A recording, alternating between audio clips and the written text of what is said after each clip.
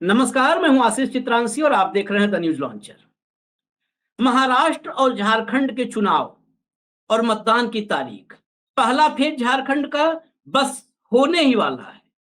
उससे पहले ये कार्यक्रम महाराष्ट्र और झारखंड के तमाम राजनीतिक दलों के कार्यकर्ताओं के विशेष निवेदन पर हम लेकर के आए।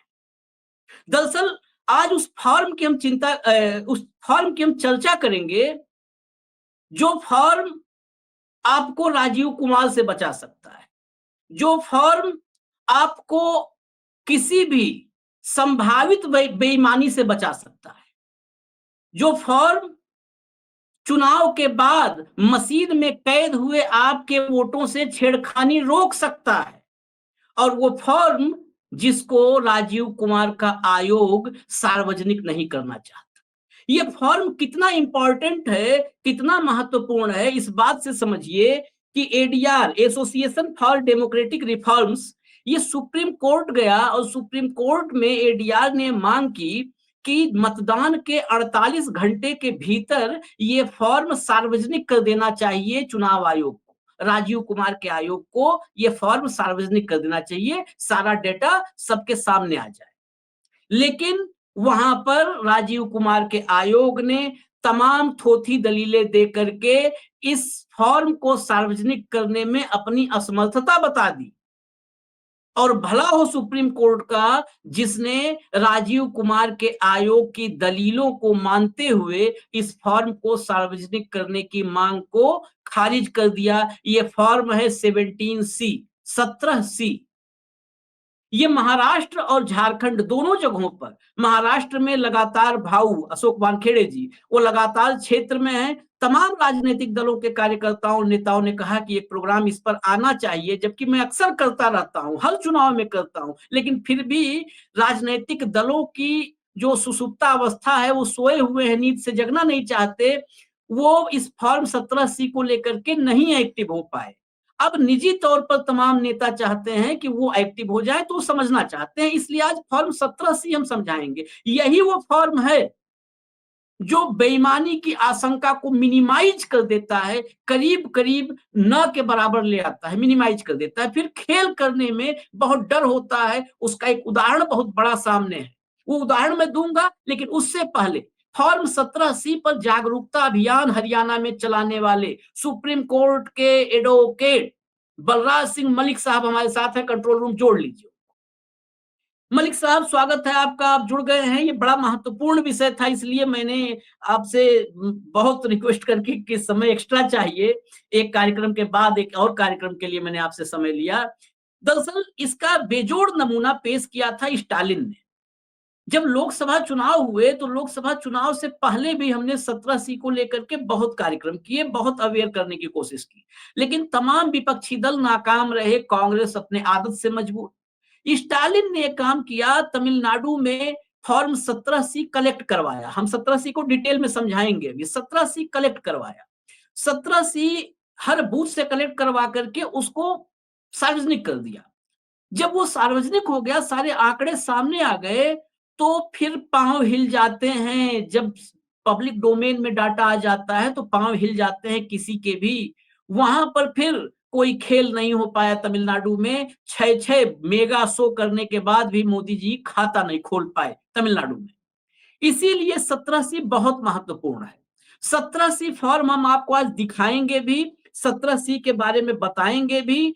इसको स्कैन करके सिर्फ डालने की याचिका थी मेरे सामने, वो पूरा डिटेल खुला हुआ है।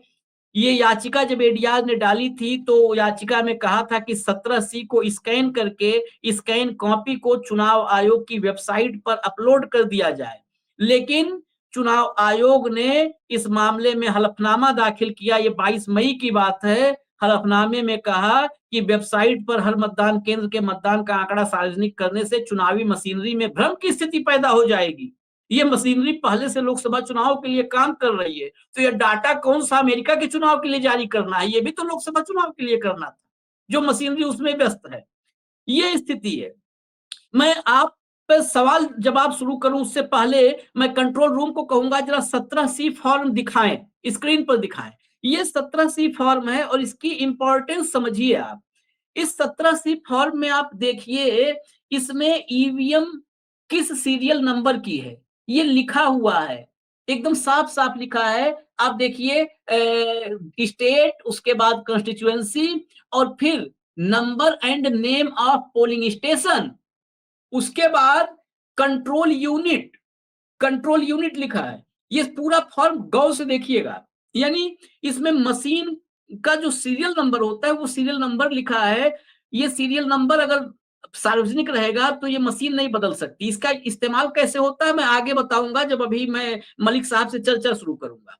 उसके बाद दूसरे आप नीचे देखिए, मतदान केंद्र पर मतदाताओं की संख्या क्या है, ये लिखा हुआ है। Total number of electors assign to the polling station, एक नंबर पे। उसके बाद 17A के तहत मतदाताओं के रजिस्टर में वोटर्स की संख्या क्या है, देखिए वो 2 नंबर पे है। Total number of voters as entered in the register for voters form 17A। तीसरा है रूल एएम के तहत उन मतदाताओं की संख्या जिन्हें वोट नहीं देने दिया गया, यानी जिन्हें वोट देने से वंचित किया गया, उनको भी नंबर 3 पर number of voters deciding not to record votes under rule 49O। ये जो है ये भी 3 नंबर पे है। 4 नंबर पे number of voters not allowed to vote under rule 14M, जो मैंने बताया कि रूल 49AM के तहत जिन्हें वोट नहीं देने गया, 2.3 और 4 में है। उसके बाद है मशीन में दर्ज हुए वोटों की संख्या, मशीन में वोटों की दर्ज हुए वोटों की संख्या। आप देखिए test votes recorded under rule 49MA-D required to be deducted total number of test voted to be deducted candidates for whom test voters cast। और ये पूरा आगे पूरा उसमें फिलिंग है, ऊपर ऊपर सारा लिखा है कंट्रोल यूनिट, बैलेटिंग यूनिट और प्रिंटर इफ यूज्ड। तो इसमें आगे वोटिंग मशीन में दर्ज हुए वोटों की संख्या, उसके बाद इसके साथ अगर वहां पर पर्ची है तो उसकी संख्या, पेपर्स की संख्या। उसके बाद है 6, यहीं पर महत्वपूर्ण है, 6 पोलिंग एजेंट्स के साइन होंगे, हस्ताक्षर होंगे, और फिर चुनाव अधिकारी के हस्ताक्षर होंगे। अब सबसे महत्वपूर्ण ये है कि अगर ये फॉर्म, अब इस फॉर्म को हटा दीजिए, कंट्रोल रूम हटा दीजिए, इसको स्क्रीन से हटा दीजिए। अब चर्चा हम शुरू करते हैं, समझते हैं।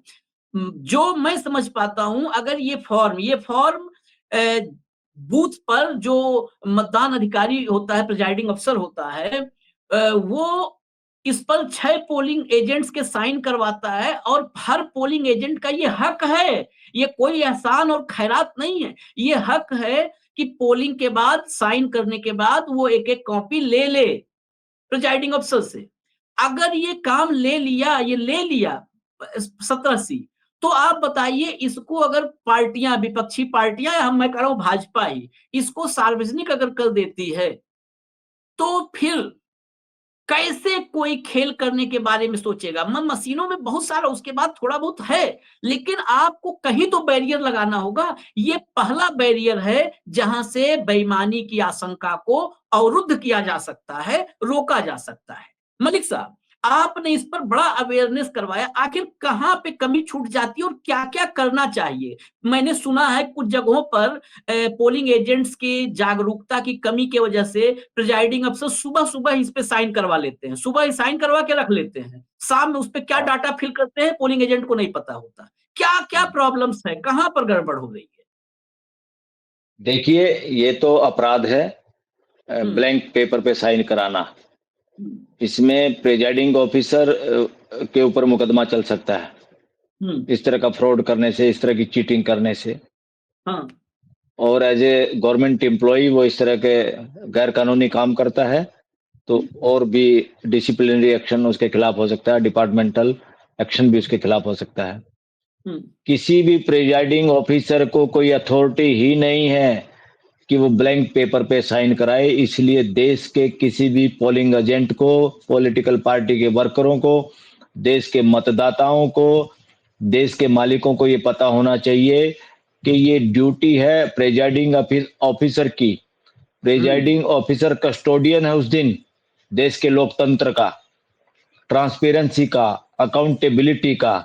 जिम्मेदारी के साथ हमने उसको एक पद पे उन लोग काम करते हैं, और वो बाद में ये उसकी ड्यूटी बनती है ईवीएम का क्या नंबर है, कितनी मॉक पोल में वोटें डाली हैं ताकि वो घटाई जा सकें, और कितनी वोटें डली हैं, और टोटल वोट किसी एक बूथ पे कितनी डली है, वो लिख के सब कुछ डाटा वो इसी के लिए बनाया है ताकि जनता के डोमेन में वो चला जाए। ये जनता का हक है, ये देश का हक है, ये ट्रांसपेरेंसी के लिए जरूरी है, ये अकाउंटेबिलिटी के जरूरी है, इसलिए फॉर्म बनाया है। और उस फॉर्म पे बाद में दस्तखत करना, और उसकी ड्यूटी है सबको एक एक कॉपी मुहैया कराना। ये ड्यूटी है, किसी की मर्जी नहीं है। और उसको कॉपी को लेकर तुरंत उसको रिकॉर्ड भी रखना चाहिए पोलिंग एजेंट को, और साथ में उसको व्हाट्सएप करके अपनी पॉलिटिकल पार्टियों को भी, देश के हर नागरिक अपने उस लोगों के तक पहुंचाने चाहिए। एक ही दिन में वो वायरल हो जानी चाहिए, पूरे डाटा ऑनलाइन इकट्ठा हो जाना चाहिए पूरे किसी भी हल्के का। सभी पोलिंग एजेंट की सबसे पहली ड्यूटी ये है, और सारी पॉलिटिकल पार्टियों को अपने पोलिंग एजेंट को इस तरह की बातें समझाना और जरूरी है, और उनकी जिम्मेदारी है ये, और ये जिम्मेदारी को वो पालन कर पाए जिम्मेदार नागरिक होने के नाते बहुत जरूरी है। दूसरा फॉर्म 17(1) में क्या है, वो उसमें रिकॉर्ड रखता है कितनी महिला, कितने आदमी, किसने वोट डाला, किसने नहीं डाला, वो वोटर्स के बारे में एक वो रखता है। और ये दोनों चीजें तुरंत इलेक्शन होने के बाद प्रेजाइडिंग अफसर की ड्यूटी है कि वो रिटर्निंग ऑफिसर को मुहैया कराइए, और वहां पर जाते ही तुरंत उनकी ड्यूटी है कि उसको बिल्कुल तुरंत, एक तरह से मैं इसको शब्द क्या कहूंगा कि ऑन टाइम या तुरंत, मतलब जो ही उनको क्लिक किया वो जनता को पता होना चाहिए, इसीलिए वो डलवाया जाता है। वो ये जिम्मेदारी है, और ये छुपाने की कोई जरूरत नहीं, इसमें जो छुपाता वो अपराधी है। ये डाटा इसलिए डाला जाता है ताकि पत्रकार लोग, देश के जागरूक लोग और देश की आम जनता को आंकड़े मुहैया हो जाएं कि कितनी वोटें डली हैं, और उसका परसेंटेज भी निकाल के उनको कि हमारे यहाँ कितनी वोट टोटल हैं और कितनी पोल हुई है, तुरंत परसेंटेज, दोनों चीजें, डाटा कितनी वोटें डली हैं और कितना वो परसेंटेज बना है, तुरंत वो उसके लिए, वो इलेक्शन कमीशन के लिए नहीं है, वो इलेक्शन कमीशन के लिए तो है ही, साथ में पत्रकारों के लिए, या जो सर्वे करने वाले लोग हैं, या देश के लोग जो जानना चाहते हैं, वो पब्लिक डोमेन में डाटा होता है, वो छुपाने की चीज ही नहीं। जिस तरह का बयान देके, जिस तरह की स्टेटमेंट देके सुप्रीम कोर्ट में इलेक्शन कमीशन ने बोला है, उसने गुमराह किया है, देश के साथ धोखा किया है। और मुझे तो शर्म और हंसी इस बात पे आती है कि सुप्रीम कोर्ट भी उस मूर्खता का शिकार हो गया। ये बड़ा क्वेश्चन मार्क है, शिकार हुआ या नासमझी हुई, या है ही इतनी समझ हमारी जुडिशरी के अंदर, ये बड़ा प्रश्न चिन्ह है। इतनी सिंपल बात को, डाटा है, वो डाटा देश का है, वो सिक्योरिटी का नहीं। वो तो जितनी ट्रांसपेरेंसी होती है, उतनी अकाउंटेबिलिटी होती है, उतनी फेयरनेस आती है।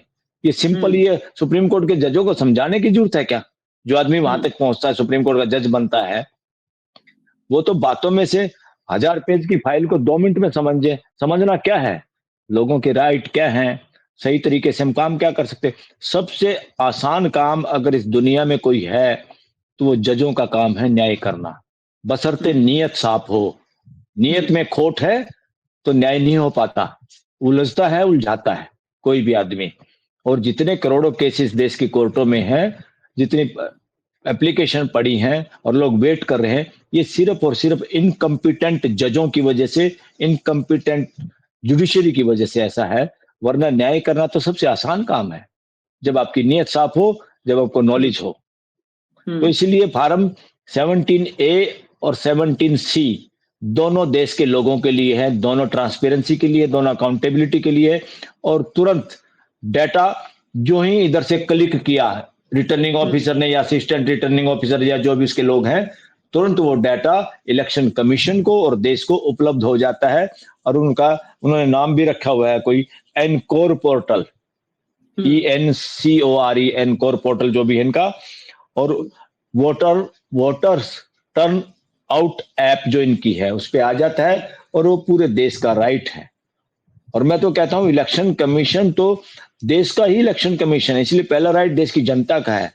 इलेक्शन कमीशन सेकंड नंबर पे आता है। अगर कंप्यूटर पे डालने से सबको बराबर इमीडिएट पता चल जाता है, इसमें ना छुपाने की बात है। इसलिए इसी कमजोरी का बेनिफिट उठाने के लिए लोग लालायित रहे। अगर सारे के सारे अपने 17 सी फार्म इनके एजेंट, पोलिंग एजेंट इकट्ठे करें तो कम से कम कोई बाद में गड़बड़ करता है तो प्रिजाइडिंग ऑफिसर, रिटर्निंग ऑफिसर, वो उनको जेल में जाना ही होगा, कोई बचा नहीं पाएगा। गड़बड़ करने वाला कोई भी होगा। तो अभी देश में परसेंटेज पे झगड़ा है, वोट कितनी पड़ी परसेंटेज में, एक बार कुछ बताते आया है, बाद में कुछ घंटे के बाद कुछ और परसेंटेज आई है। तो ये नॉनसेंस कैसे हो सकती है? और इसका जवाब नहीं दे पाई है इलेक्शन कमीशन वगैरह फेयरनेस के साथ इस देश के सामने। ये खाली कोर्टों का काम थोड़ा है कि कोर्टों को बताएंगे आप बंद लिफाफे में देंगे, ये गोरख धंधा नहीं चलेगा इस देश के अंदर, डेमोक्रेसी के अंदर। क्या है ये लिफाफे वाला? वो तो शुक्र है एक आधे जज ने फिर बाद में कहा क्या लिफाफा, ये लिफाफे लुफाफे का रिवाज इस देश में नहीं चलेगा। गोरख धंधा है ये, राजशाही और तानाशाही के दौरान चल सकता है जुडिशरी में। जो भी राजा की जुडिशरी होती है या राजा के लठैत होते हैं वो ऐसा काम कर सकते हैं, वरना देर इज नो प्रोविजन। ये बंद लिफाफा, हर बात में बंद लिफाफा, हर बात में देश की सुरक्षा। देश की सुरक्षा सबसे ज्यादा जिस देश में ट्रांसपेरेंसी होगी, वहीं अकाउंटेबिलिटी होगी, वहीं फेयरनेस होगी, वहीं देश की जनता देश की सुरक्षा कर लेगी। ज्यादा ये कुछ गिने चिने नेता ही देश की सुरक्षा करेंगे, दिस इज नॉनसेंस। और इस कार्यक्रम में बस इतना ही, लेकिन हम 20 तारीख तक कोशिश करेंगे। अभी झारखंड का सेकंड फेज होगा और महाराष्ट्र पूरा का पूरा, फिर हम एक बार आए, क्योंकि सेम प्रोग्राम हम 2 बार 3 बार नहीं लगा सकते यूट्यूब पर। फिर हम आए, फिर हम वक्त लेंगे, लेकिन कम से कम आप लोग इस जहां पर तमाम आशंकाओं के बादल हैं उसके बीच अगर निष्पक्षता और पारदर्शिता के लिए ये मान लिया एक यज्ञ है, तो उसमें आप भी आहुति कीजिए। आप भी का मतलब राहुल गांधी, उद्धव ठाकरे, शरद पवार साहब, हेमंत सोरेन जी, सब जो भी विपक्ष के लोग हैं, ये सिर्फ चुनाव बीत जाने के बजाय, जैसे कहा ना सांप निकल गया और लाठी लकीर पीटते रहे, तो लकीर मत पीटिए। सामने जब रोक सकते हैं तो वहीं पर अवरुद्ध करिए ऐसे रास्तों को जिन रास्तों पर आपको आशंका है। इजाजत दीजिए। धन्यवाद मलिक साहब, धन्यवाद। आप हमेशा अवेयरनेस के मामले पर जहां भी होता है आप वक्त निकालते हैं। न्यूज लॉन्चर आप लोग देखते रहिए। इजाजत दीजिए। नमस्कार।